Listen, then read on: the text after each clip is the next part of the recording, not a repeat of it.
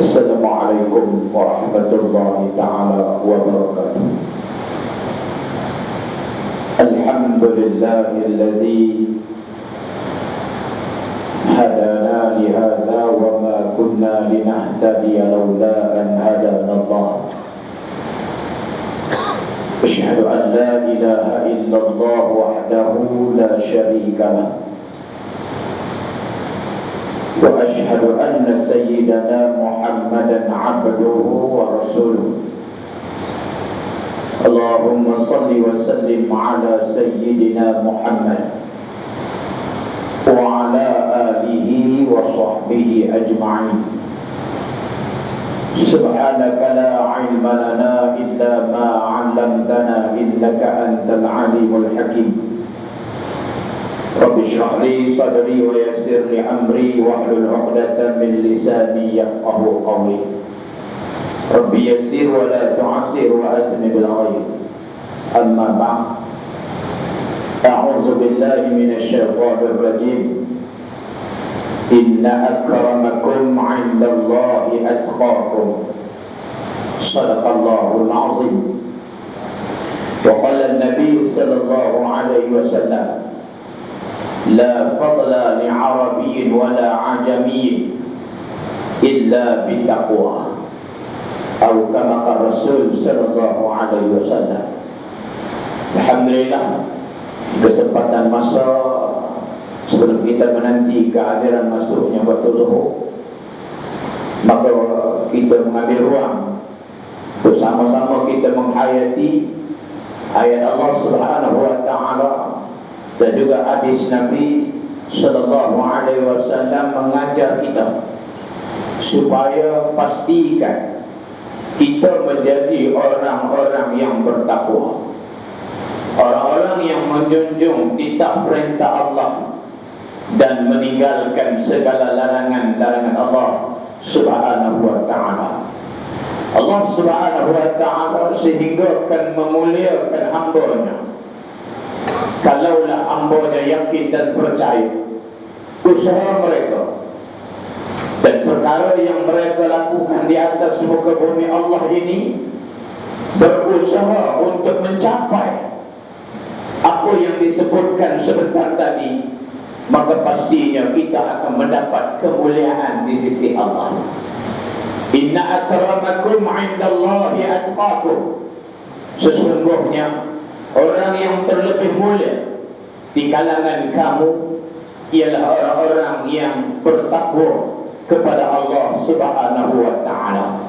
Maka membuktikan kepada kita bahawasanya takwa ini bukan pilih kasih Allah Subhanahu wa taala.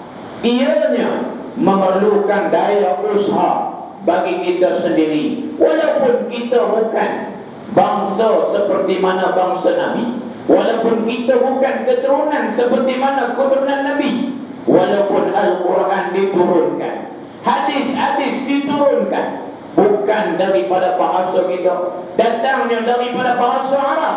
Walau bagaimanapun kita yang berketurunan Melayu, maka jangan rasa gundah gulana, dibimbangi kalaulah dengan apa yang diturunkan oleh Allah, dengan dilantiknya Muhammad daripada keturunan bangsa Arab. Al-Quran diturun dalam bahasa Arab, kita yang bahasa Melayu, bagaimana perasaan kita? Maka perasaan gundah gulana kita mungkin akan berlaku. Ia dapat dibatalkan, ia dapat dinafikan melalui hadis Nabi sallallahu alaihi wasallam yang saya utarakan sebentar tadi. Nabi sebut, la fadla li 'arabiyyin wa la 'ajamiyyin illa bittaqwallah. Tak ada kelebihan, tidak ada sedikit pun kelebihan. Ya, kita memang nak cari lebih. Ya, apapun amalan-amalan kita nak cari lebih, nak dapat aksarus sawaban, nak dapat pahala yang besar. Walaupun kebaikan-kebaikan yang kita buat, maka pastinya kita nak cari lebih banyak kebaikan, ganjaran yang dianugerahkan oleh Allah. Maka pastinya walaupun dimuliakan bangsa Arab, walaupun dimuliakan bahasa Arab, Sehingga kan bahasa ini akan digunakan dalam ketika mana mereka berada di alam barzakh. Tapi jangan kita rasa gundah gulana. Nabi sebut tak ada kelebihan li Arabiyyin, bagi bangsa Arab. Allahu Rabbi wala ajamiyyin, dan tidak ada kelebihan bagi bangsa Ajam. Bangsa Melayunya, Cinanya dan sebagai bilangan-bilangan bangsa yang Allah telah anugerahkan di atas muka bumi Allah. Tak ada sebarang pun, walaupun kamu bangsa Arab, walaupun kamu bangsa Ajam, lain daripada bangsa Arab, maka tidak mendapat sedikit pun kelebihan, melainkan kata Nabi sallallahu alaihi wasallam, illa bittaqwallah, melainkan dengan sifat takwanya kepada Allah Subhanahu wa taala. Sebab tu tuan-tuan, ya, sebab tu kita sebagai tuan rumah, ya, bagi mengepalai ahli keluarga kita, sebab tu seminggu sekali kita kena diperingatkan oleh khatib supaya ittaqullah. Bukan benda main-main, ya. Takwa ini bukan suatu benda yang main-main. Bila mana ada sifat takwa pada kita, kalau kita lalai pemberian takwa oleh Allah kepada kita, maka pastinya takwa kita akan mundur. Sebab tu seminggu sekali memadak umat Islam hanya seminggu saja, maka pastinya datang minggu lain diberi pesanan takwa oleh Tok Khatib dalam kedua-dua rukun khutbah, dan sehingga ia menjadi satu rukun, menjadi satu rukun. Kalaulah tidak disebut takwa ini, maka pastinya khutbahnya tidak dibilang sah.